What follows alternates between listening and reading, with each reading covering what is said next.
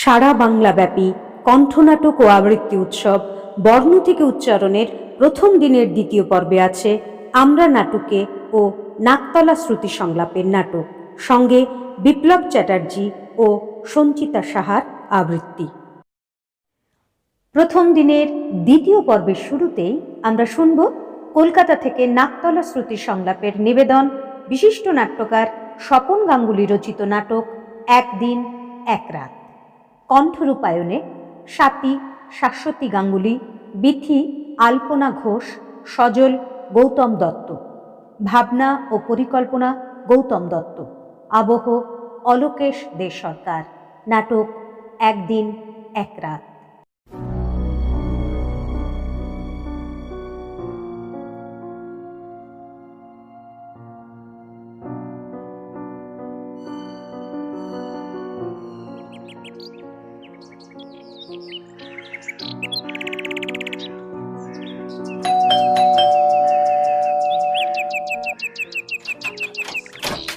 আয় আয়, ভেতরে আয়।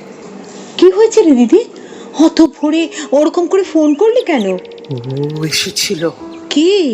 তোর জামাই বাবু সারা রাত এই সোফাটায় বসেছিল। এই সোফাটায় বসেছিল? তোর মুন্ডু বসেছিল।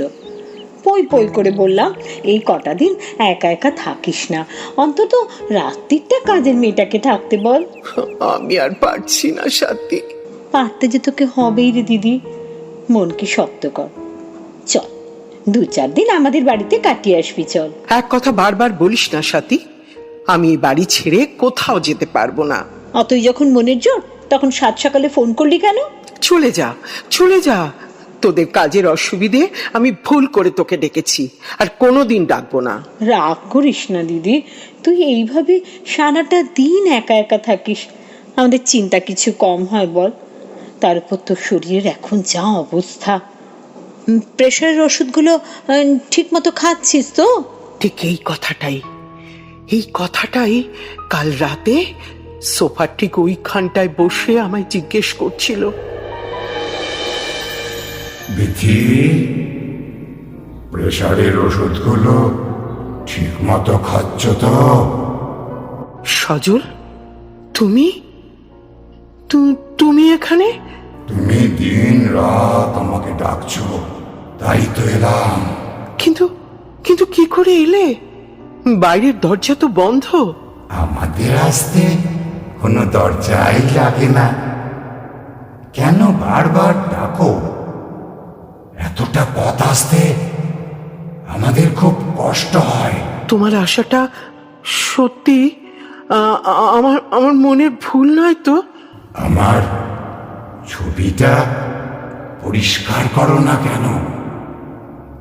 ওই দেখো, আমি কি সুন্দর ছেড়ে মুছে দিয়েছি। আমি তোমাকে ছুঁয়ে দেখব, তুমি সত্যি কিনা? না বিথি, আমি সত্যি নই, আমি মিথ্যে দিয়েই সত্যিকে বলতে হবে। সত্যি তবে কোনটা? আমি ছিলাম একদিন, এটাই সত্য, তারপর সব মিথ্যে। না হলে লিখিত চুল্লির গনগনে আগুন কেউ সহ্য করতে পারে? বড় হয়ে আসছে, পাখি দেখে উঠল, আমি চলি। ওটা পাখি নয় সজল, ওটা প্যাঁচার ডাক। মৃতকে তুমি পেঁচা চেনাচ্ছ? জানো না আমরা উভয়ই নিশাচর?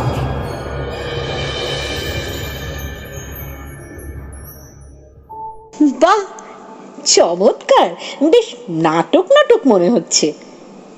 শোন দিদি, আমি আজ আর কাল এখানে থাকবো, দেখি জামাইবাবু আমার কাছে আসে কিনা। না সাথী, তুই রাতে থাকিস না, ও তাহলে আসবে না। বলা তো যায় না, আমার জন্যই আসতে পারে। এই তুই চা খাওয়াবি নাকি রে? কোন ভোরে বেরিয়েছি। জামাইবাবু কি সত্যি সত্যি দিদির কাছে আসে? কেন আসে? কিসের টানে? দিদিকে কি জামাইবাবু সত্যি ভালোবাসতে পেরেছিল? দিদি দিদির কোনো ক্ষতি করে দেবে না তো? এতগুলো বছর শুধু ঝগড়া আর ঝগড়া। কি পেল দিদি? জামাইবাবুই বা কি পেল? কি ভাবছিস? এই নে চা। এই তোদের অ্যালবামটা দেখছিলাম।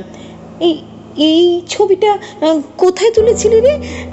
তখন জামাইবাবু কি সুন্দর দেখতে ছিল। দেখি। হ্যাঁ, এটা শিমুলতলায়। জানিস, মনে হয় এই সেদিনকার কথা। এই পুরীর এই ছবিটা দেখ, জামাইবাবু কিভাবে আমাকে সমুদ্রের ঢেউতে স্নান করাতে নিয়ে যাচ্ছে। ছবিটা তুই তুলেছিলি, মনে আছে? সব মনে আছে। এই তোদের বিয়ের অ্যালবামটা কোথায় রে? ওই তাকে রয়েছে, তুই দেখ। আমি রান্নাঘরে যাই। ময়দাটা আমি মেখে দেবো। কিছু দরকার নেই, আমার এক্ষুনি হয়ে যাবে। জামাইবাবু গাড়ি থেকে নামছে। হ্যাঁ, এই হাতে টোপরটা ধরা, যেন উত্তম কুমার নামছে। এই ছবিটা মা বরণ করে নিচ্ছে। পাশে দাঁড়িয়ে আমি তখন ভাবছি আমার এরকম সুন্দর বর হবে তো। এই ছবিটা শুভ দৃষ্টি হচ্ছে। দিদি চোখ দুটো পান পাতায় ঢেকে রেখেছে।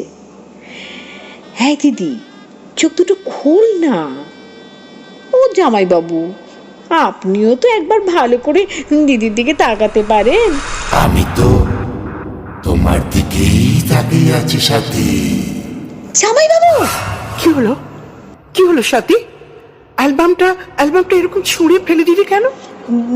দিদি, এই অ্যালবামের ভিতর থেকে না হঠাৎ জামাইবাবুর ফটোটা কথা বলে উঠলো। হ্যাঁ, ফটো কথা বলে উঠলো? যাকে, আয়, লুচি হয়ে গেছে, এবার ঠান্ডা হয়ে যাবে।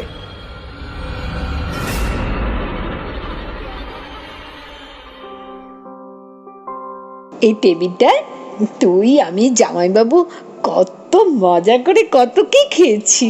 তুই চাইনিজ ভালোবাসিস বলে? জামাইবাবু তোর মাংস রান্নার কি সুখ্যাতি করতো। বলতো বেথি অনেক কিছু পারে না বটে, কিন্তু বেথির মতো মাংস রাঁধতে কেউ পারে না। আমি আর কি করে বলতাম, দিদির সঙ্গে পাঠার সখ্যতাটা ভালোই। জানিস, তোর জামাইবাবু চলে যাবার পর থেকে একটা দিনও আমি মাংস রাঁধিনি। এই তখন কি হলো বলতো রে দিদি? হঠাৎ অ্যালবামের ভেতর থেকে। ওটা তোর মনের ভুল। লাঞ্চে কি খাবি বল? মাংস তো তুই আর রাঁধবি না, মাছই খাওয়া, সঙ্গে একটু পোস্ত।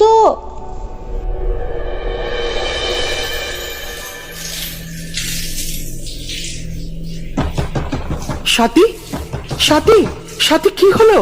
সাথী, সাথী কি হলো? কি এতক্ষণ স্নান করতে লাগে? কখন বাথরুমে ঢুকেছিস? এই দরজা খোল, দরজা খোল, দরজা খোল। কি হলো? তুই সাড়া দিচ্ছিস না কেন? কথা বল সাথী, সাথী কথা বল। কি হলো কি? ওরকম করে কেউ দরজা ধাক্কা দেয়? তুই তো জানিস আমার স্নান করতে একটু সময় লাগে। আমার ভীষণ ভয় করছিল সাথী। তোর কিছু হয়নি তো? কি আবার হবে?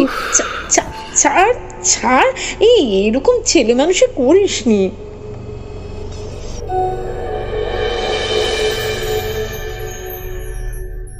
সাথী আয়, টেবিলে ভাত দিয়েছি। ইলিশ মাছ ভাজার গন্ধ পেলুম। এ কি, তুই 3টে থালায় ভাত বেড়েছিস কেন? তাই তো, আমি কিন্তু 2টো থালাই নিয়েছিলাম। এই থালাটা কি করে এলো? পা দিয়ে হেঁটে এলো। ইয়ার কি না, বিশ্বাস কর। এ কি, আমি এই বাটিটায় 4 পিস ইলিশ মাছ রাখলাম, একটা মাছ কোথায় গেল? বেড়াল এসেছিল বোধহয়। না, সব জানলা বন্ধ। তাছাড়া এই 7 তলার ফ্ল্যাটে কোনোদিন বেড়াল ঢোকেনি। দিদি, ওই দেখ টেবিলের তলা দিয়ে একটা কালো বেড়াল বেরিয়ে গেল। একটা লাঠি দে তো, এমন মারবো না। না না না না না, সাথী সাথী, বেড়ালটাকে মারবি না। কেন রে, তুই কি ভাবিস ওই কালো বেড়ালটাই আমার ফর্সা জামাইবাবু? আমি কিছুই ভাবছি না রে, শুধু বেড়ালটাকে মারিসনি। ও ভীষণ কুকুর বেড়াল ভালোবাসতো। ঠিক আছে ঠিক আছে, তুই চুপ কর।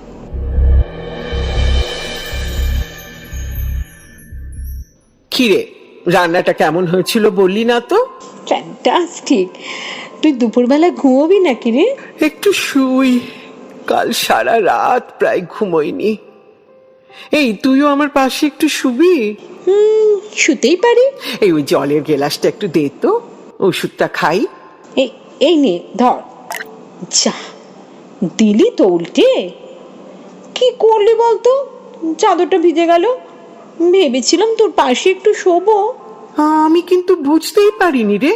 আচ্ছা আচ্ছা, ঠিক আছে ঠিক আছে, তুই ঘুমো, আমি পর্দাগুলো টেনে দিয়ে যাচ্ছি। কি রে, তুই শুবি না? কোথায় শোবো? আমি বরং পাশের ঘরে ম্যাগাজিনের পাতা উল্টাই। 4টে বাজলে কিন্তু আমার চা চাই।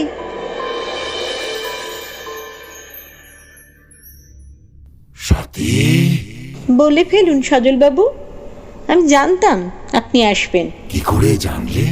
আমি দেখেছি আপনি দিদির হাতে ধাক্কা দিয়ে জলের গেলাসটা উল্টে দিলেন, যাতে চাদরটা ভিজে যায়, আর আমি যাতে দিদির পাশে শুতে না পারি। তুমি এখানে কিছুদিন থাকবে? আপনি কি চান আমি এখানে থাকি? আমার চাওয়া না চাওয়ায় কি এসে যায় বলো? আচ্ছা, একটা কথা বলুন তো জামাইবাবু, অত বড় বুকের ব্যথাটা আপনি আগে কিছু টের পেলেন না? হয়তো আমার বাঁচার ইচ্ছেটাই ফুরিয়ে গিয়েছিল। তাই বলে এত কম বয়সে আমার দিদিটাকে বিধবা করে চলে যাবেন? তোমার দিদির তো কোনো অসুবিধা রেখে আমি যাইনি। স্বার্থপর পুরুষ জাত আপনারা, কি করে বুঝবেন একটা মেয়ে সুখ দুঃখ? দিদির নামে ফ্ল্যাট, গাড়ি, ব্যাংক ব্যালেন্স রেখে গিয়ে শুধু নিজের মহত্ব করিয়েছেন। তোমার নামেও তো অনেক টাকা রেখে এসেছি। কে চায় আপনার টাকা? তোমার বিয়ের জন্য কত খরচ জানো? কে দেবে তোমাকে অত টাকা? আপনার জন্য আমার মন কেমন করে। আসবে আসবে আমার কাছে, আবার ফিরিয়ে দিয়ে যাবেন তো? কথা দিলাম, আবার ফিরিয়ে দেব। কোথায় যাব, কেমন করেই বা যাব? ছাদে চলো, একদম কার্নিশের ধারে। চলুন তবে। ওখানে পাঁচিলে উঠে আকাশের দিকে হাত বাড়ালেই আমার নাগাল পেয়ে যাবে। চলুন। এসো এসো সাথী।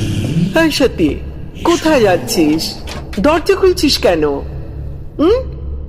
সবে তো বিকেল 4টে। বস, চা বসাচ্ছি। কথা শোনে না দেখো, সিঁড়ি দিয়ে উঠছিস কেন? কথার উত্তর দিও না, তুমি শুধু আমাকে ফলো করে উপরে উঠে এসো। তোমার দিদি আমাকে দেখতে পাচ্ছে না। সাথী, সাথী কথা শোন। সাথী, তুই এরকম করছিস কেন? হে কি, তোর গায়ে এত এত জোর কোথা থেকে পেলি? এই, আমি কিন্তু এবার সবাইকে ডাকবো, সবাইকে ডাকবো। হে, এরকম করিস না সাথী, এরকম করিস না। আমার ভয় করছে সাথী, আমার ভয় করছে। ছেড়ে দিন, ছেড়ে দিন আমাকে জামাই বাবু। কি হলো, কি হলো সাথী? পড়ে গেলি কি করে? পড়ে গেলি? ও কে সাথী? ও কে? দিদি, দিদি, ও ও ও এসেছিল, জামাই বাবু। হ্যাঁ, জামাই বাবু? হ্যাঁ, আয় আয় আয়, ঘরে আয়। না না, তোকে আর এখানে থাকতে হবে না, চল তোকে আমি ট্যাক্সি করে পৌঁছে দিয়ে আসি। না দিদি, আজকে রাত্রিটা আমাকে থাকতে দে, কাল সকালে আমি নিজেই চলে যাব। কিন্তু কিন্তু তোর যদি কোনো বিপদ হয়? বিপদ? কিসের বিপদ?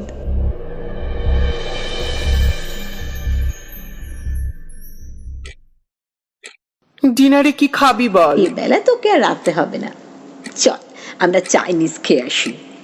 না রে, ড্রাগনে গেলেই ওর কথা ভীষণ মনে পড়ে। বেশ, তো খাবারের অর্ডার দিয়ে দিলেই তো হয়, ওরা হোম ডেলিভারি করে দেবে। কি খাবি বল? একটা ফ্রাইড রাইস আর একটা গার্লিক চিকেন। একটা মাঞ্চুরিয়ান থাক, ও ভালোবাসতো জানিস। বেশ, তো ফোনটা করে দে, ঠিক 9:30টায় যেন ডেলিভারি দেয়। আরে টিভিটা খোল না, রবীন্দ্রনাথ ঠাকুরের নিশীথে হচ্ছে, উত্তম কুমার আছে। অনেকবার দেখেছি, আর ওসব ভৌতিক বই আমার ভালো লাগে না রে। এই, এটা কি বই রে? মরণের পরে, লাইব্রেরি থেকে আনিয়েছি। এই এসব বই পড়িস না, রাত্রিরে ভয় পাবি। আচ্ছা বলতো, সজল আমার কাছে বারবার আসতে চাইছে কেন? তুই গয়ায় চলে যা, আর আসবার সময় আমার জন্য প্যারা নিয়ে আসবি। সব কিছুতেই আর কি না।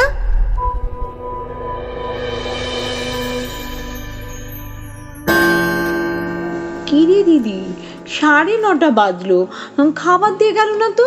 ঠিক দেবে। তোর কি খুব খিদে পেয়েছে? খিদে তো পাবে, চাইনিজ বলে কথা। ওই এসে গেছে। এই তুই টেবিলটা ঠিক কর। কি অসভ্য দেখ, খাবারগুলো মাটিতে রেখে চলে গেল, একটু সবুজ হয় না। আরে দামটাও তো নিয়ে যাবি। এগুলো একটু ধর না সাথী। এই খুব গরম আছে, তুই হাতটা ধুয়ে আয়। দাঁড়া দাঁড়া, আমি ধরছি। কি আবার এত রাতে ফোন করলো? হ্যালো হ্যালো, ড্রাগন থেকে বলছেন? আচ্ছা, আপনাদের লোক এত অসভ্য, কলিং বেল বাজিয়ে খাবারটা দরজার কাছে রেখে চলে গেল, পেমেন্টটা পর্যন্ত নিয়ে গেল না। কি কি বলছেন? আপনাদের লোক এখনো খাবার নিয়ে যায়নি? কি কি তাহলে আমাদের খাবার দিয়ে গেল? হ্যাঁ, আপনাদের লোকটার বেহালা চৌরাস্তায় অ্যাক্সিডেন্ট হয়েছে। হ্যাঁ, আমি রাখছি, আর খাবার পাঠাতে হবে না। কি হলো রে দিদি? হেই, ড্রাগন এখনো খাবার পাঠায়নি। তাহলে এই খাবারগুলো কে পাঠালো? ওই দেখ, ডাইনিং টেবিলে বসে কেমন দাঁত বার করে হাসছে। দিদি, দিদি, দরজায় কোনো ধাক্কার শব্দ শুনতে পাচ্ছিস? কই কই না তো। কি আমি শুনতে পাচ্ছি, তুই শুনতে পাচ্ছিস না? হেই হেই, উঠবি না, এত রাতে একদম দরজা খুলবি না। জামাইবাবু তো হতে পারে। হোক, তবু আসতে দেব না। আমাকে ভেতরে আসতে দাও, আমি বড় ক্লান্ত। না না না, তুমি ফিরে যাও, তোমাকে দেখলে সাথী ভয় পাবে। না, আমি ভয় পাবো না।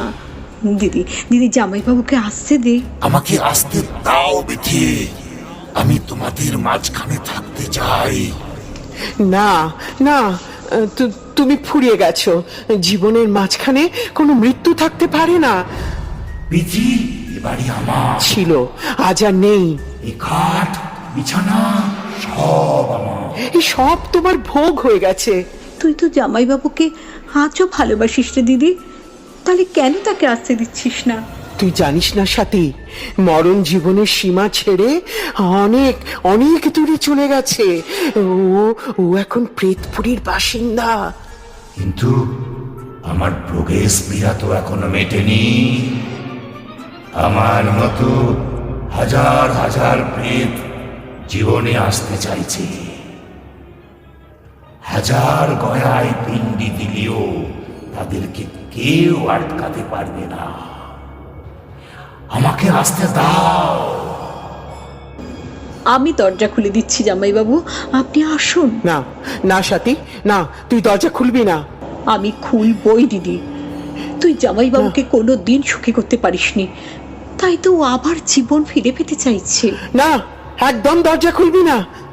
আমি অসুখী সাথী, আমার অতৃপ্ত আত্মা, তাই তোমাদের আনাচে কানাচে ঘুরে ঘুরে বেড়াচ্ছি। আপনি আপনি আবার জন্মগ্রহণ করুন। আগে আমার পাওনা আদায় করি, নতুবা নবজন্মে আমাকে তো ক্ষুধানি জন্মাতে হবে। আসতে দাও, আসতে দাও বিথি, আসতে দাও। আমি আমি আপনার ক্ষুধা মেটাবো জামাইবাবু, আপনি শান্ত হন। না না না, দরজা খুলবি না। খুলবই। সাথী,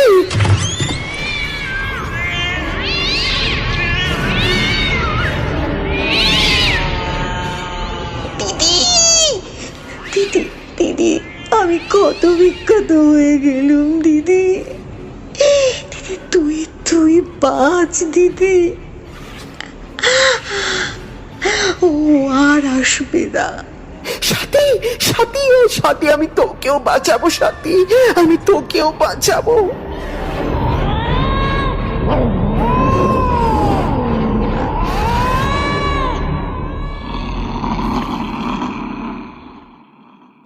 কি হলো সাথী? ওরকম ধরফর করে উঠে পড়লি কেন? এই সকাল হয়ে যাচ্ছে না রে? কোথায়?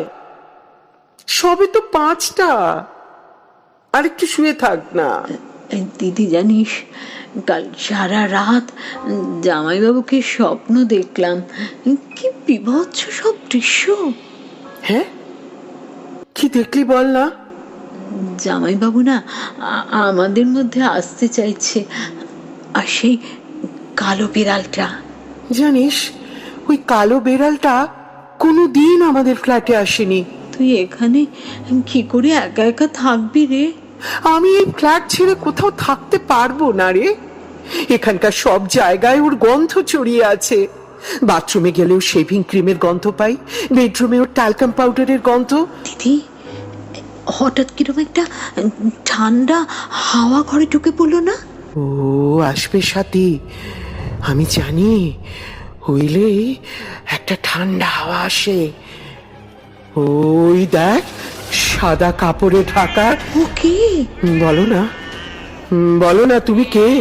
শরীরের ওপর থেকে সাদা কাপড়টা সরিয়ে দাও। বলো না, বলো না, তুমি কে? তুমি কে গো? কে? তুমি কে? কে? কে? কে তুমি? কে তুমি? কে? কে? কে?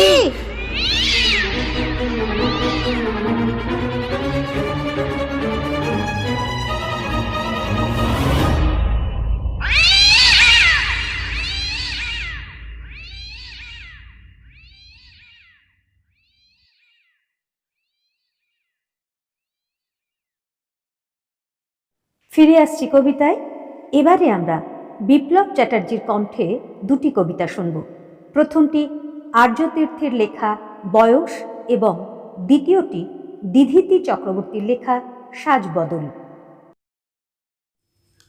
বয়স বয়স করে মরিস? বয়স আবার কি?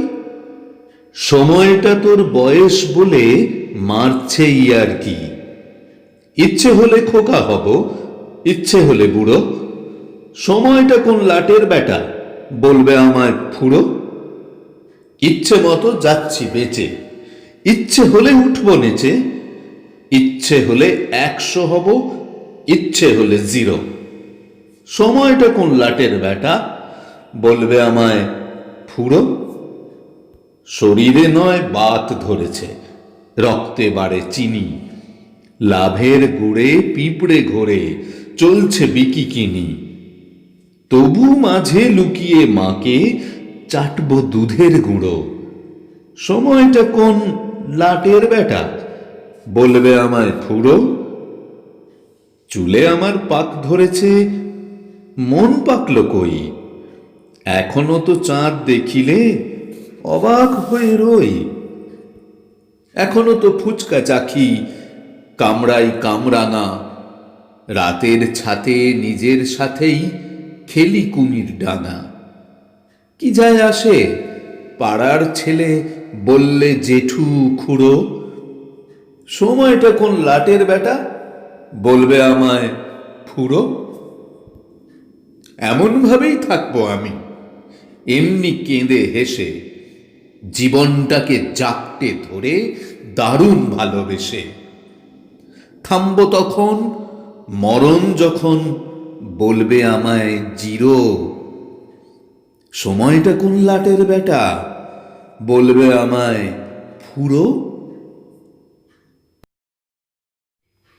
সিধুর মার মস্ত লাল টিপ, পায়ের পাতা আলতা দিয়ে আঁকা, কপালে সিঁদুর, হাতে কত চুড়ি, বিনুর মাথায় প্রশ্ন ছাঁকা ছাঁকা। এমনই তো সাজত বিনুর মা, হঠাৎ করে বদলে গেল সাজ। মা লক্ষ্মী আর কেউ বলে না মাকে, মাঝে কেবল সাদা পরে আজ। শিশু বিনু সামনে পায় যাকে, তারই সাথে প্রশ্ন প্রশ্ন খেলা। পাড়ার লোকে বিনুর প্রশ্ন বানে একেবারে বেজায় ঝালাপালা। একদিন এক ফকির এলো গাঁয়ে, পরনে তার মস্ত ঢোলা জামা, কাঁধের ঝোলায় না জানি কি আছে। বিনুর দল ভুলল সেদিন থামা। ছুটছে বিনু, ছুটছে ধুলো পা, পিছে পিছে এক ঝাঁক শৈশব। ফকির যেন ভিন গ্রহের এক জীব, সরল চোখে প্রবল কলরব। ভিনদেশী সে পথের বাঁকে বাঁকে খানিক ঘুরে ঢুকল বামুন পাড়া। হঠাৎ করে অদ্ভুত এক সুরে চলল কেটে নানা রকম ছড়া। শুনছে বিনু, দেখছে ছেলের দল, মা কাকিরা শুনছে হয়ে স্থির। ভক্তি ভরে শুনছে গাঁয়ের লোক, গান ধরেছে ভিনদেশী ফকির। লক্ষ্মীবারে যে রমণী ভেজে খায় খই, লক্ষ্মী মাতা বলে মাগো তার ঘরে না রই।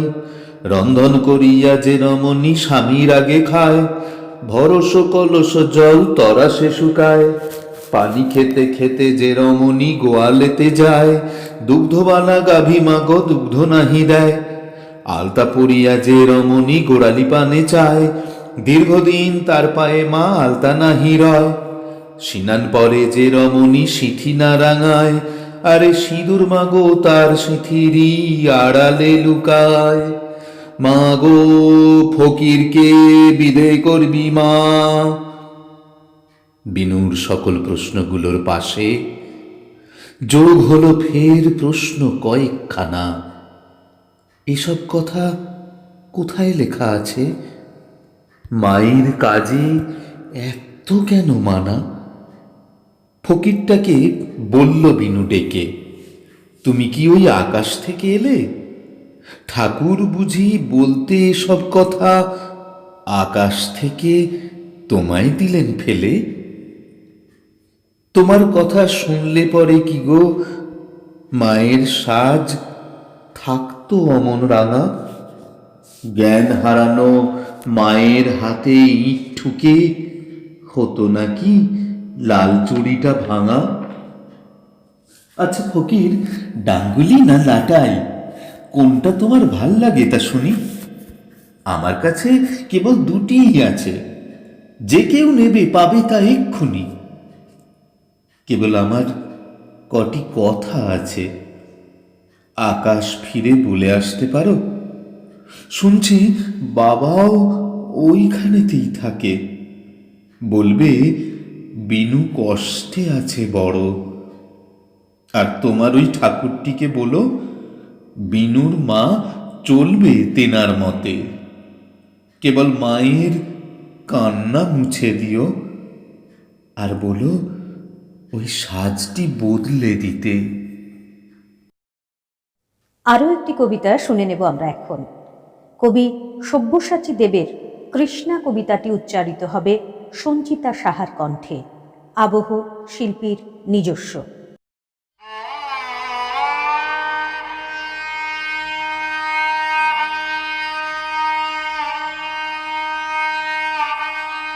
কবি সব্যসাচী দেবের লেখা কৃষ্ণা।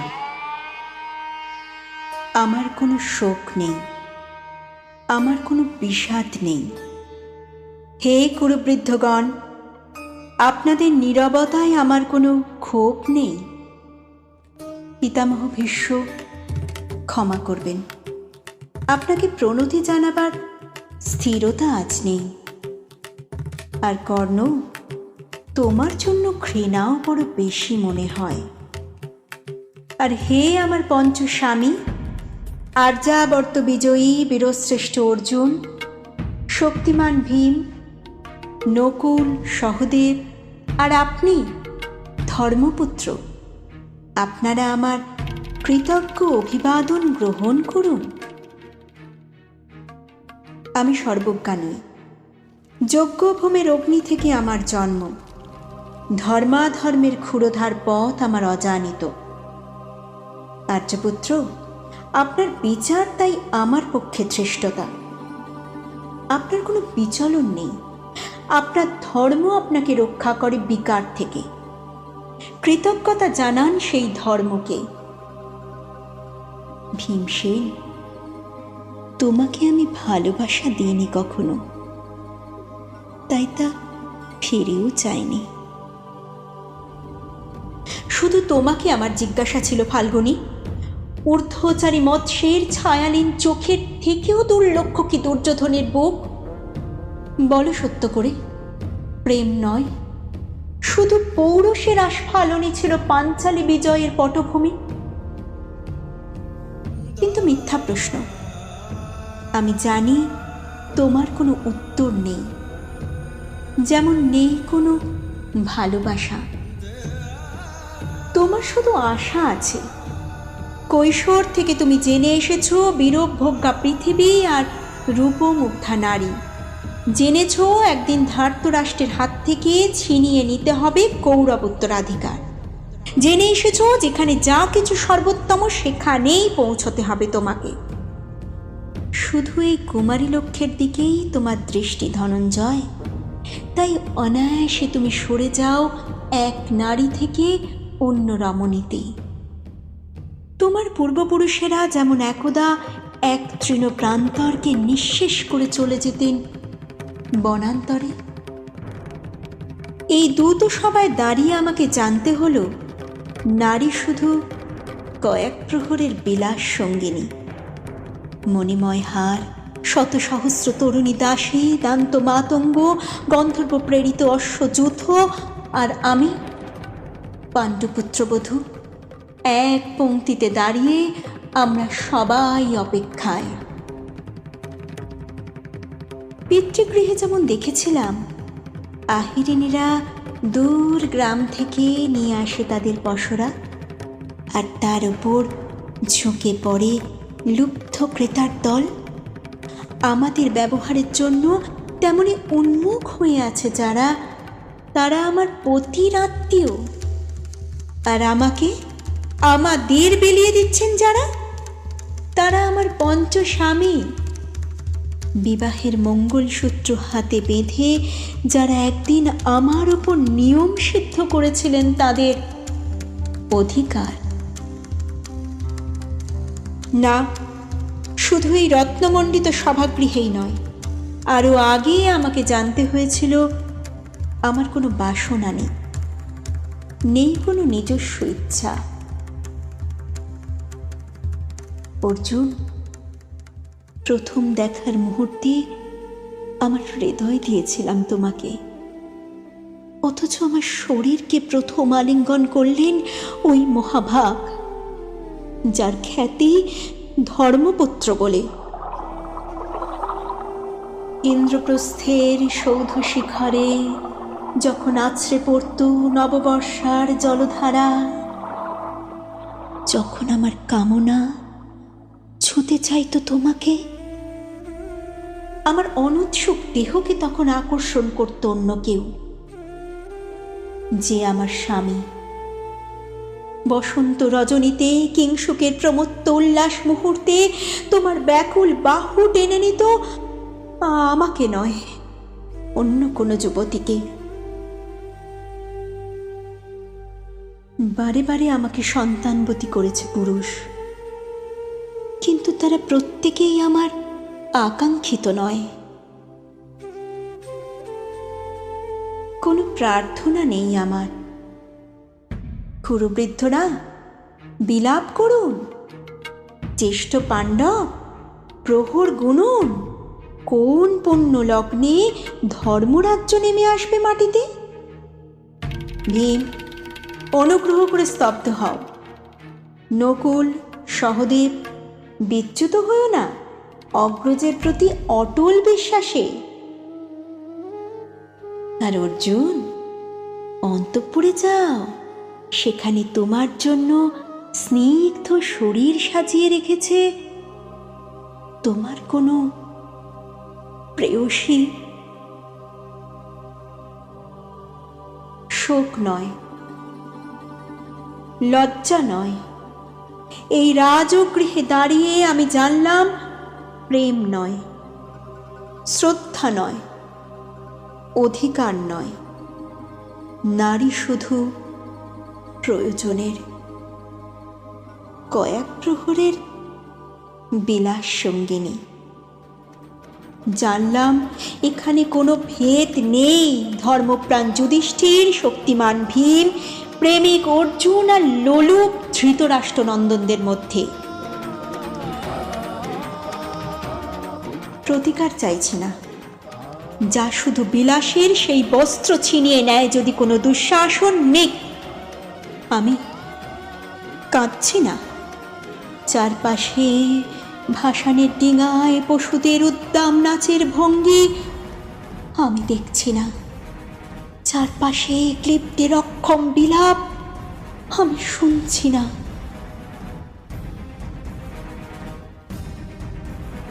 ধনুর্বাণ নেই, আমি ফিরিয়ে আনছি আমার জন্মের স্মৃতি, যজ্ঞের আগুন। দ্রৌপদী নই, নই পাঞ্চালী, নই ভরত কুলবধূ, আমি কৃষ্ণা, যজ্ঞাগ্নি সম্ভূতা, শুধু নারী।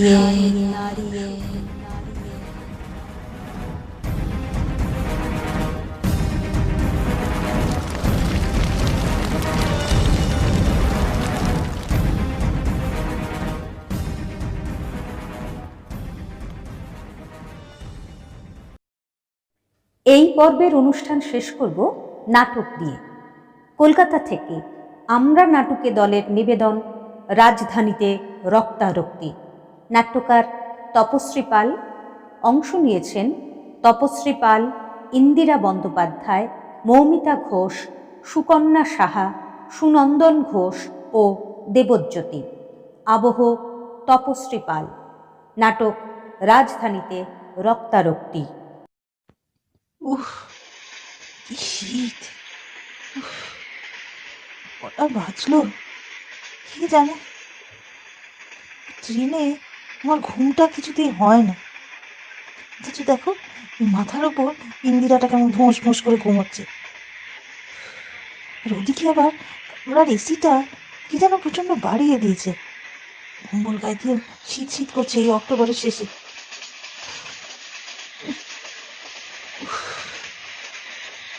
দেখি তো ঘড়িটা। ও বাবা, মাত্র ভোর 4:30। ঘুম না, অস্বস্তি হচ্ছে, শোয়া যাচ্ছে না। অ্যাটেন্ডেন্টকে বলতে হবে। উঠি। আরে ও বাবা, এই পায়ের কাছে আবার কে রে? এই দেখো, পা লাগতে উঠে উঠে দিকে গিয়ে বসে পড়লে। রাজধানীতে তো এরকম বিনা রিজার্ভেশনে কাউকে উঠতে দেয় না। একে তো কাল দেখেছি বলে মনে পড়ে না। ছেলেটার কেমন এলোমেলো রুক্ষ চুল, জামা কাপড় মোটামুটি পরিষ্কার, কিন্তু কেমন যেন। সঙ্গে আবার একটা ব্যাগ পাই, কি ভারী। তাতে কি এলো জানি, হয়তো আশেপাশের বাঁধগুলোতে কোথাও ছিল। কানপুর আসছে বোধ হয়, সামনে নামবে, তাই নিচে নেমে বসেছে। যাই, বাথরুম থেকে একবার ঘুরে আসি। যাওয়ার সময় এসিটা কমিয়ে দিতে বলবো।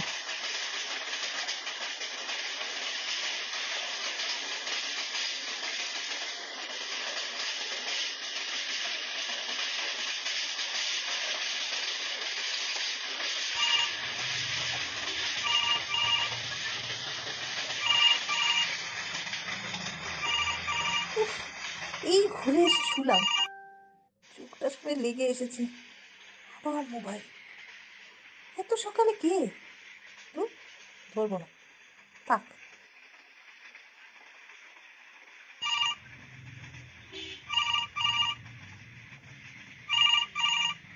জ্বালালে তো, কারো আবার কিছু হলো না তো? দেখি। হ্যালো। শর্মি, আমাদের সর্বনাশ হয়ে গেছে। কি কি হয়েছে? কারো শরীর খারাপ? বিলাদের প্রেশারটা আবার হাই ছিল, ঠিক আছে তো?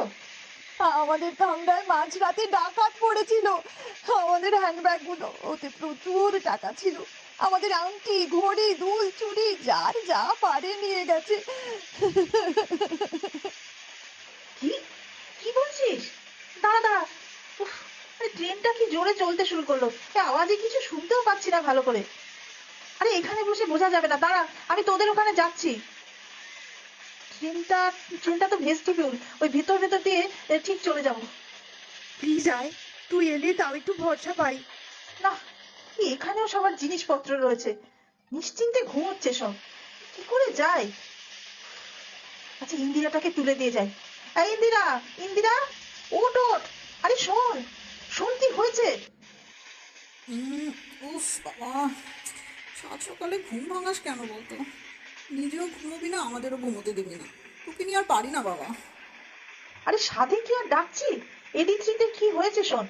সঙ্গীতা এইমাত্র আমাকে ফোন করেছিল, ওদের কম্পার্টমেন্টে মাঝরাতে ডাকাত পড়েছিল রে। টাকা পয়সা গয়নাগাটি সব নাকি নিয়ে চলে গেছে। ওরা পুরো ভেঙে পড়েছে। পুজোয় বেড়াতে বেরিয়ে যদি এমন হয়, উফ, আমাকে এক্ষুনি একবার ওদের কামরায় যেতে হবে। শুনি এখানেও না অনেক জিনিসপত্র রয়েছে, তোকে উঠে একটু পাহারা দিতে হবে। এই নিচে নেমে বস, আর জিনিসগুলোর দিকে নজর রাখ, চোখ কান খোলা রাখিস। সে কি রে, রাজধানীর মতো ট্রেনে ডাকাতি? তোকে তখনই বলেছিলাম এভাবে টিকিট কাটিস না। আমরা কজন এটুতে, তারপর 4 কামরা পেরিয়ে ওরা এডি3-তে, তারপর আর কয়েকজন আরো দূরে, এভাবে বেড়াতে যাওয়া যায় বলতো? কোথাও এক জায়গায় বসবো, খাবো দাবো, আড্ডা মারবো, তা না এক একজন এক এক প্রান্তে। চাকে দেখে আর কথা বাড়াস না, একসাথে থাকলেই বা কি হতো শুনি? তুই মেরে ডাকাত তাড়াতিস? লাস্ট মোমেন্টে বেড়ানো ঠিক হলো, টিকিট পাবো কোথা শুনি? আমি ওদের ওখান থেকে ঘুরে আসছি। ও হ্যাঁ, আর শোন, ওই ছেলেটাকে দেখেছিস? ওই দেখ কি অদ্ভুত ভাবে তাকিয়ে আমাদের কথা গিলছে। তাকাতে কেমন চোখ সরিয়ে নিল। ওই ব্যাকপ্যাক নিয়ে ছেলেটা, তাই তো রে। মা, কোথায় চলে রে? বাথরুমের দিকে বোঝা। হ্যাঁ রে, ওই বাথরুমের দিকেই তো গেল। উফ, তারা তো কামরার অ্যাটেন্ডেন্টকে খুঁজি। ওই তো বাথরুমের সামনে বসে ঝুলছে। ও ভাই, भाई साहब, अरे उठो उठो, सुनो सुनो, ये एडी3 में ना डकैती हुआ, मेम साहब लोगों का वो सब कुछ लेके गया। और इधर इधर भी एक लड़का, कल रात ना वो इधर नहीं था, आज सुबह देखा, देख के एकदम अच्छा नहीं लगा। वो कमरे में कहाँ से आया? अरे देखो वो बाथरूम में है, तुम नजर रखो उतर ना पाए। दाड़ा दाड़ा, আমি বলছি বুঝিয়ে। सुनो भाई, तुम ना गार्ड को फोन करो, बोलो एडी3 में डकैती हुआ और पुलिस लेके जल्दी आने के लिए कहो, और ये लड़के को नजर में रखो। যাক, মাথায় ঢুকেছে, ভুল করছে দেখছি। ওই তো রেল পুলিশ এসে গেছে, আবার সঙ্গে অ্যালসেশন আছে। যা, তুই এগিয়ে পড়, আমি তো তখন পাহারা দিচ্ছি। Hello, what happened? Good morning sir. Good morning. Anything wrong? My name is Inspector Dayal, and I'm guarding the train with my team. Sir, decoys in AD3. My friends attacked. Everything taken. Come quickly, please, sir. Okay, घबराइए मत, हम हैं ना। चलिए, tiger, follow us.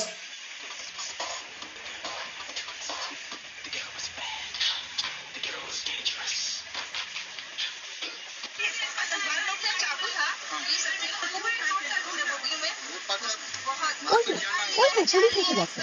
ধরো তো ওদের, কোথায় থাকে সব? আর ওদের সর্বনাশ হয়ে গেল, আর ওদের দেখা পাওয়া যায় না। ট্রেন থামান তো দাদা, ট্রেন থামান, আগের ফয়সলা হবে তারপর। हटिए तो, थोड़ा बैठने दीजिए थोड़ा, हटिए। हाँ तो सर और मैडम लोग, अगर आप ठीक तरह से नहीं बताएंगे तो हम आपका कोई मदद नहीं कर पाएंगे। मैं इंस्पेक्टर दयाल, इस ट्रेन की सिक्योरिटी मेरी रिस्पॉन्सिबिलिटी है। आप लोग के साथ जो भी हुआ मैं उसके लिए क्षमा चाहता हूँ। अब उस हादसे के बारे में बोलिए, हम जरूर उन लोगों को पकड़ लेंगे, आगे कानपुर में गाड़ी रोक लेंगे। আমি আগে ওদের দেখেছি। আমি বলছি, তখন রাত 2টো কি 2:30 হবে। ট্রেন সবেই ইলাহাবাদ ছেড়েছে। আমি ছিলাম নিচের বাঙ্কে। অনেক রাত অবধি গল্প করে শুয়েছি। জেগেই ছিলাম। আমাদের কামরায় বাকি সবাই ঘুমিয়েছিল। ঠান্ডা অন্ধকার, আমার চোখ বোজা ছিল। হঠাৎ দেখি একটা তীব্র আলো চোখে পড়লো। কে রে? চোখ খুলতে দেখি মুখে কালো মুখোশ পরা একটা লোক মোবাইলের ফোনে টর্চ ফেলেছে আমার মুখে। আমার তো দম বন্ধ হওয়ার মতো অবস্থা। আমি চেঁচিয়ে বলতে গেলাম, কোন কোন হ্যাঁ? গলা দিয়ে আওয়াজ বেরোলো না। তার আগেই লোকটা একটা বন্দুকের নল আমার কপালে ঠেকিয়ে উঠে বসতে বলল। আমি তো সঙ্গীতার পাশের সিটের ওপরের বাঙ্কে ছিলাম। ততক্ষণে তো আমারও ঘুম ভেঙে গেছে। উঠে দেখি একজন সঙ্গীতার গলায় বন্দুক ধরে আছে, আরেকজন পিছন থেকে বন্দুক হাতে সবার দিকে নজর রাখছে। আর এক মুখোশধারী, তার আবার পিঠে ব্যাগ। সে একটা ছুরি নিয়ে সবার পেছনে দাঁড়িয়েছিল। सामने लोग बोलो, जो कुछ भी है हैंड बैग पैसा गहने खोल के इस चादर पे फेंको, नहीं तो গুলি খানা পড়েগা। ওদের গলার আওয়াজে ততক্ষণ কামরার বাকিদেরও ঘুম ভেঙে গেছে। আমার উপরে বাঙ্কের সিংজি বলল, বহনজি ঘবরাইয়ে মত, हम है ना। উনি লাফিয়ে নেমে লোকটার হাত থেকে বন্দুক কেড়ে নিতে গেলেন। বললেন, खिलौना लेके औरत लोगों को डरा रहे हो। ए चेतन, पुलिस को बुला। চেতন বলে লোকটা মোবাইলে ফোন করতে গেল। এমন সময় ব্যাগ প্যাক কাঁধে লোকটা ছুরি চালিয়ে দিল চেতনের হাতে। গলগল করে রক্ত করতে লাগলো। প্রথম লোকটা সিংজির পায়ের দিকে তাক করে একটা গুলি করতেই কামরায় হই হই পড়ে গেল। সবাই কান্নাকাটি চিৎকার করতে লাগলো। তখন প্রথম লোকটা বলল, साहब और मैडम लोग अगर सही सलामत जाना चाहते हैं तो जो हम बोले वही करो, नहीं तो किसी का भी जान जा सकता है। किसी ने चेन खींचने की हिम्मत की तो गोली आर पार हो जाएगा। আমাদের যার যা ছিল, ব্যাগ টাকা গয়না সব চাদরের উপর রাখলাম। ওরা চেক করে দেখলো, তারপর গুড নাইট বলে অন্ধকারে মিলিয়ে গেল।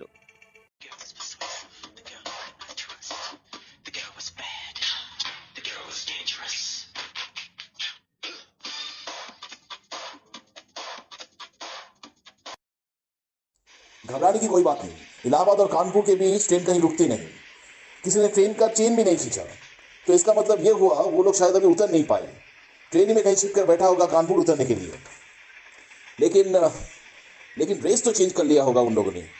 वो काला कपड़ा मुंह पे लगा के आए थे, तो उन लोगों का मुंह किसी ने नहीं देखा। लेकिन हमें तो कुछ डिटेल चाहिए होगा। সবগুলো লোক মাঝারি লম্বা ছিল, সবাই শার্ট প্যান্ট পরেছিল, পায়ে কালো জুতো ছিল। একটা লোক আবার কাশ ছিল। अरे कितने सारे मीडियम हाइट का आदमी होंगे इस ट्रेन में जो शर्ट पैंट पहना हुआ। ऐसे किसी को पकड़ा जा सकता है क्या? और कुछ बोलिए। হ্যাঁ, একটা ছেলের পিঠে ব্যাকপ্যাক ছিল। 100 लोगों के पास बैकपैक है। देखिए इधर ही कितने लोगों के पास है। তোরা আর কিছু বলতে পারছিস না? কোনো চিহ্ন বা এমন কিছু পড়েছিল হাতে, কিংবা ধর এই কাটা দাগ টাগ ওই গল্পে পড়েছি, এইসব থেকেই তো পুলিশ। मैडम, ये स्टोरी नहीं है। असली डाकू बहुत चालू होते हैं। उसे पता होता है कि पुलिस उसको कैसे पकड़ेगी।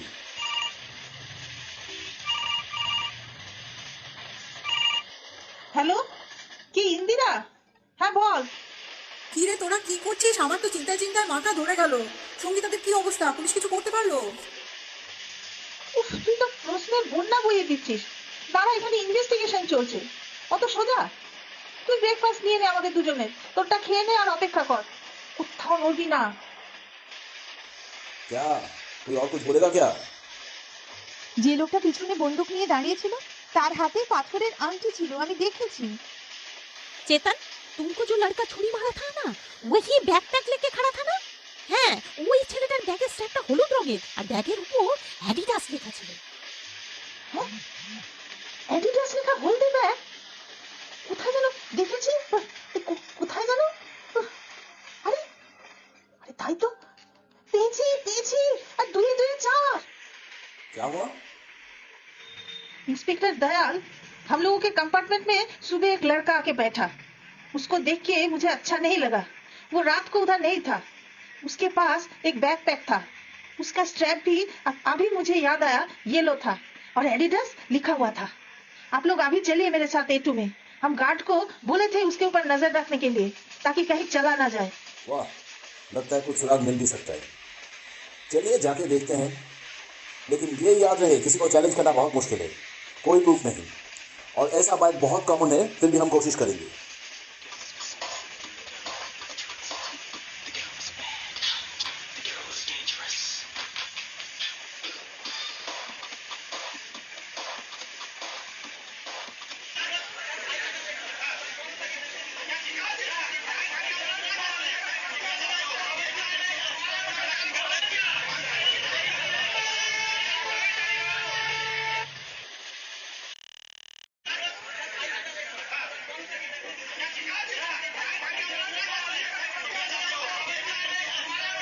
ये क्या मारदंगा चल रहा है इधर? टीटी साहब, आप क्या कर रहे हो? क्यों मार रहे हो उसको? স্যার স্যার টিটির কোনো দোষ নেই। টিটি অ্যাটেন্ডেন্টকে ডেকে নিয়ে এসছে। এই লোকটা বাথরুমে ঢুকে বসেছিল, ওর কাছে টিকিট নেই। কামরায় কি করে ঢুকলো কে জানে। টিটি বাথরুমে ধাক্কা দিয়ে ওকে বার করে, তারপর টিকিট চাইতে ও অন্য কম্পার্টমেন্টে পালাবার চেষ্টা করছিল। গার্ড তখন আটকায়, তখন ও চলন্ত ট্রেন থেকে ঝাঁপ দেওয়ার চেষ্টা করে। ট্রেন তখন একটু স্লো চলছিল, সবাই মিলে ওকে টেনে ধরে ফেরত আনে। अच्छा, तो ये बात है। স্যার স্যার আমি আমি আমি সকালে ওকে প্রথম দেখি ভোর 4:30টার সময় ওই আমার পায়ের কাছে বসেছিল। এমন স্পষ্ট চুল, খুব উদ্ভ্রান্ত চেহারা, এই দেখেই না আমার ভালো লাগেনি। আমার পা লেগে যেতে উঠে উল্টো দিকে গিয়ে বসে। ওকে রাতে এখানে দেখিনি। প্রথমে ভাবলাম আশপাশের বাঙ্কে ছিল, সকালে নামবে বলে নেমে বসেছে। কিন্তু এই সময় আমাকে সঙ্গীতা ফোন করে ডাকাতির কথা বলে। আমি ভয় পেয়ে ইন্দিরাকে ডেকে কামরায় নজর রাখতে বলে ওদের কামরায় যাবো ভাবি।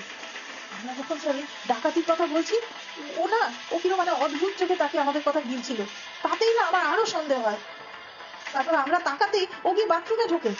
তখন আমি অ্যাটেন্ডেন্টকে ওর উপর নজর রাখতে বলে অন্য কামরায় যাই। जरा हटिए तो, इनको थोड़ा पूछताछ करिए। तो भाई साहब, आप बिना टिकट की सफर कर रहे थे और इस कमरे में कैसे इतने सुबह सुबह आ गए? बोलिए बोलिए, चुप मत रहिए, चुप रहने से शक और नहीं बढ़ेगा।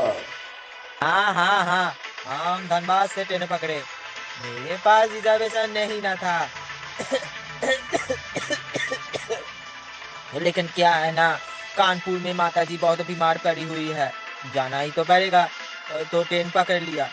2 कमरे के बीच जो बाथरूम है ना, वहाँ के बैठकर रात बिताया और सुबह यहाँ आके बैठी। सामने तो कानपुर आने वाला है, इसलिए उस टाइम टीटी को देखकर बाथरूम में घुस गए थे। वाह, स्टोरी तो अच्छा बना दिया। फिर ट्रेन से जंप क्यों मारने गए? आप ऐसे नहीं बोलोगे। हाँ ठीक है, तो फिर कानपुर में दवा का बंदोबस्त हो जाएगा। फिलहाल अपना बैकपैक दिखा। सुनाई नहीं पड़ा? दिखाओ दिखाओ। चल नहीं दिखाएंगे, क्या क्या क्या कर लेंगे आप? ए टीटी इधर आ। ए इंस्पेक्टर, और कुछ बोला ना? तो ये छुरी से साला टीटी के बच्चे को উমাকে মেরে ফেললো গো, এ কি কাণ্ড! টিটির গলায় ছুরি ধরেছে, ওরে বাবা, আমার মাথাটা কেমন ঘুরছে, আমার বমি পাচ্ছে। কি সাহস! আবার শাসাচ্ছে। কেউ নড়লে টিটিকে মেরে দেবে। উদয় স্যার, স্যার কিছু করুন, নইলে তো এবার আমাদের প্রাণ নিয়ে টানাটানি পড়ে যাবে।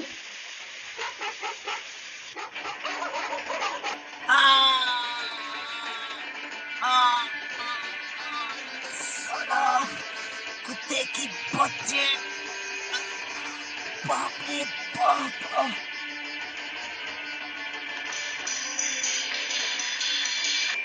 थैंक गॉड, चाकू गिर गया। सब बास टाइगर, तुम उसके पैर में इतने जोर से नहीं काटते तो इसको पकड़ना नामुमकिन था। शाबाश शाबाश। साथियों, उसे हथकड़ा पहनाओ और अपने पास लेकर बैठो, कहीं भाग ना पाए। और एक उसका बैकपैक चेक करो, देखो क्या है उसमें। ও মা, কত টাকা! পেটে পেটে বাবা, কেমন ভাজা মাছ উল্টে খেতে জানি না চেহারা করে বসেছিল।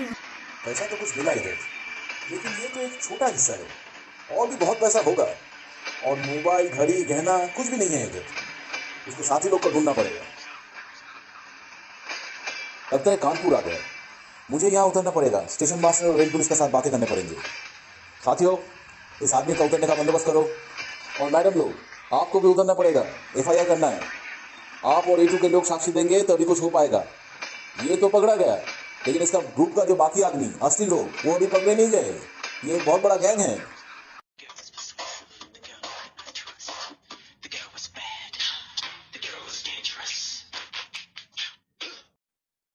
কি ফ্যাঁসাতে পড়লুম বল দেখি এই বেড়াতে এসে।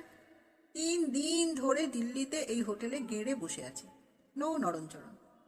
কানপুরে তো কিচ্ছু হলো না, কাউকে ধরতেও পারলো না। তারা সব ট্রেন থেকে নেমে ধাম, চোর পালালে বুদ্ধি বাড়ে। আর ওই যেটা ধরা পড়লো, সেও তো ওই শর্মির জন্য, নইলে ওটাও ফসকাতো। তা শর্মির নজর আছে বাবা, ঠিক বুঝেছে, 2 2 4। মাঝখান থেকে আমাদের আটকে রেখে দিলে বলে কিনা যে কোনো সময় ডাকা হতে পারে। আমরাই যেন আসামি। দিল্লি ছাড়লে চলবে না, জয়পুর যাওয়া পণ্ড। এখন দেখি আগ্রাটাও হয় কিনা। এর চেয়ে ফিরে যাওয়াই ভালো। তোর সবেতেই অধৈর্য। এখন বরদের খবর দিলে আর দেখতে হচ্ছে না। হয় নিজেরা ছুটে আসবে, নয় ফ্লাইট টিকিট কেটে বলবে এক্ষুনি বাড়ি ফিরে যেতে। চুপচাপ থাক। কেন, একদিন লালকেল্লা, কুতুব মিনার, ওই ইন্দিরা গান্ধীর বাড়ি, পার্লামেন্ট, লোটাস টেম্পল এসব দেখা হলো তো? ওর মন মেজাজ খারাপ হয়ে গেছে, টাকা পয়সাও নেই, কবে যে পুলিশের জেরা থেকে মুক্তি পাবো। তোরা না চিরন্তনী ক্লাবের সদস্য, তোরা এত ভেঙে পড়লে চলবে? Chair up, chair up. মাত্র তো 4 দিন হয়েছে। ওরে দাঁড়া দাঁড়া, কার আবার কল আসছে। হ্যালো, এই চুপ চুপ চুপ চুপ। ইন্সপেক্টর দয়াল। হ্যাঁ স্যার বলুন। কেউ ধরা পড়লো? आप लोगों को आगरा आना पड़ेगा। क्यों क्यों उधर क्यों?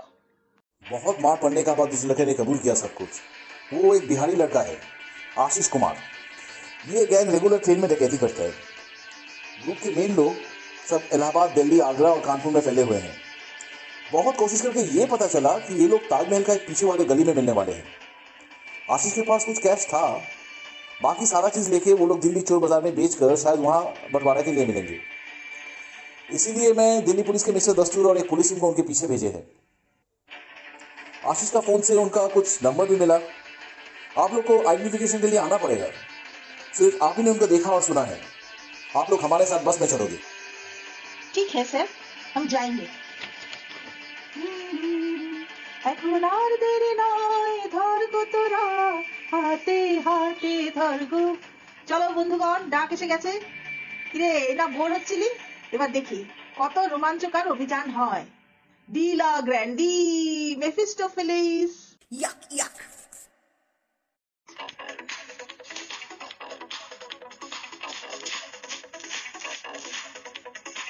সেই সকালে বেরিয়ে এই পৌঁছলাম, দুপুর 2টো, বাসে বসে বসে পা ধরে গেল।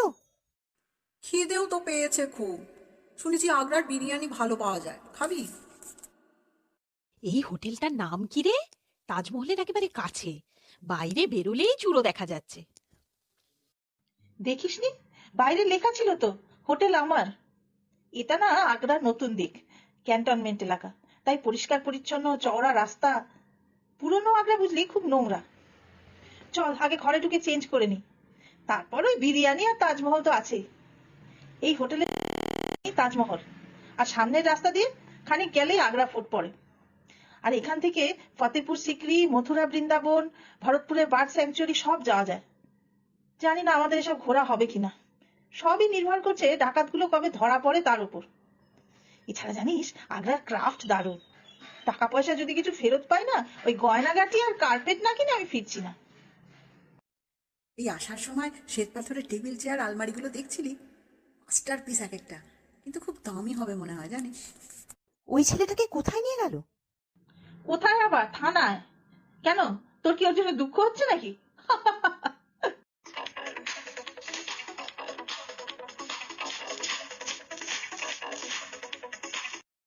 আহা, কালের কপোলতলে শুভ্র সমুজ্জ্বল তাজমহল, কি দেখলাম!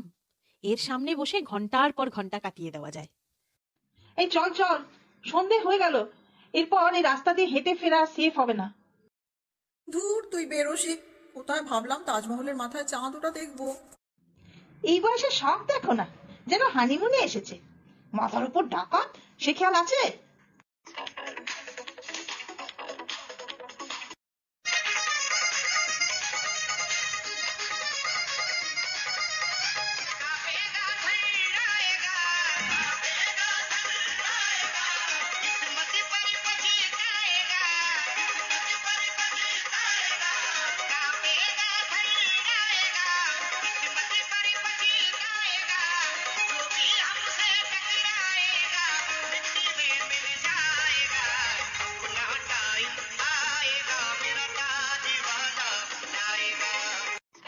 এই এই ওট ওট সব, বেলা 9টা বাজলো।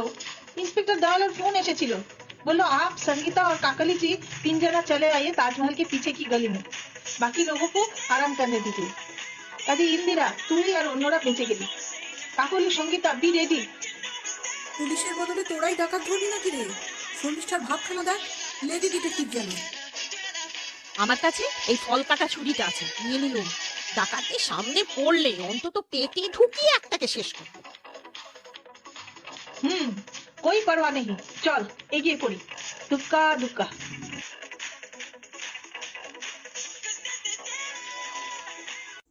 आप लोग आ गए हैं? ठीक है, यहाँ थोड़ा वेट कीजिए थाने में, हम लोग बुलाएंगे आपको।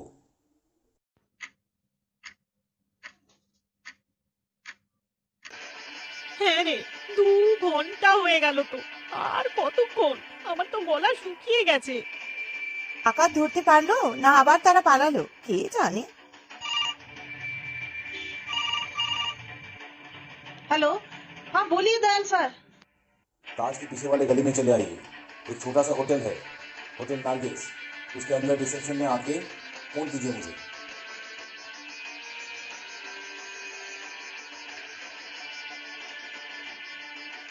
ওরে, এ কোথায় এলাম রে? চারিদিকে কেমন ঘিঞ্জি নোংরা নোংরা দোকান। রীতিমতো গা ছমছম করছে রে।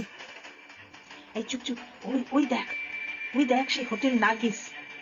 চল রিসেপশনে ঢুকে ফোন করতে হবে। आ गए आप लोग? सुनिए, आशीष से हमने फोन करवाया उनका टीम मेंबर लोगों को, सब इधर आने वाले हैं, हम उनके लिए ही वेट कर रहे हैं। আরে বাবা, ডাকাতরা এখানে আসবে নাকি? হ্যাঁ, আমার তো এখনই আত্মারাম খাঁচা ছাড়া হয়ে যাচ্ছে। लेकिन बहुत समय बीत गया, वो आए नहीं अभी तक। मुझे कुछ समझ नहीं आ रहा है, लगता है उन्हें कुछ शक हो गया। ठीक है, और कुछ से रुकते हैं।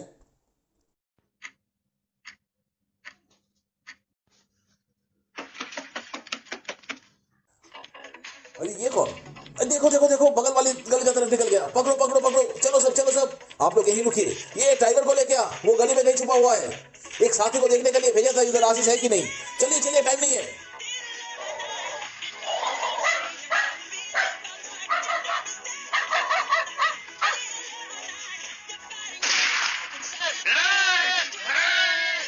बस कस के पकड़ो, हाथ नहीं लगाओ, सबको लेके आओ।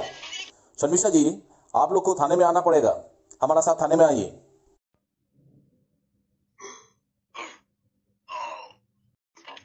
আরে এই গলা তো চিনি, এই তো আমার দিকে টর্চ মেরেছিল। चलिए, थाना आ गया, सब उतरो। इन लोगों को पैक करके एक जगह खड़ा करो, आइडेंटिफिकेशन होगा। एक को तो ऑलरेडी पकड़ लिया संगीता जी ने।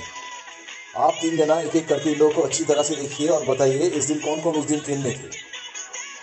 আমি তো অন্য কম্পার্টমেন্টে ছিলাম, আমি খালি ওই ব্যাকপ্যাক ওয়ালাকে চিনি। এই তোরা দুজন দেখ। না না, এরা কেউ না। ও নয়, সঙ্গীতা দেখ। এই তো সেই আংটি পরা হাত, পাথরের আংটি। এই লোকটাই ছিল বন্দুক নিয়ে। तब तीनों पकड़ा गया, बाकियों को देखना पड़ेगा। अभी इनको अच्छी तरह से सर्च करो, उस रूम में लेके जाओ। आप लोग वेट कीजिए। এই ওই দেখ চাদরে করে কিসব নিয়ে আসছে। आप लोग पहचान लीजिए इसमें से कौन कौन चीज आप लोगों की है, बाकी का चीज हम बरामद कर लेंगे। पैसा जो भी बरामद हुआ है वो बाद में मिल जाएगा आपको। किसके पास क्या था थोड़ा देख लीजिए। দেখি তো, এই তো আমার চুড়ি, আংটি, ঘড়ি।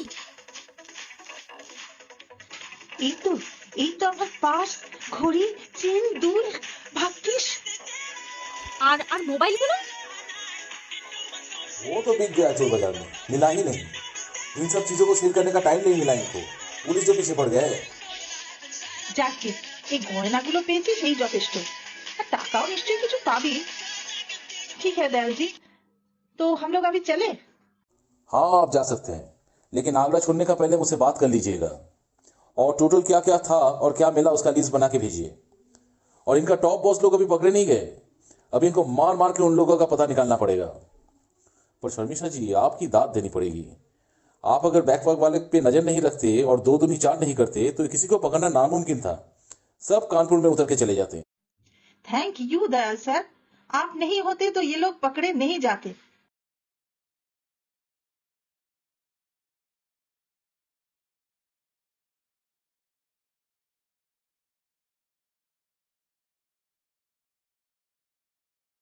দ্বিতীয় পর্বের অনুষ্ঠান এখানেই শেষ হলো। এখন আমরা তৃতীয় তথা শেষ পর্বে যাব।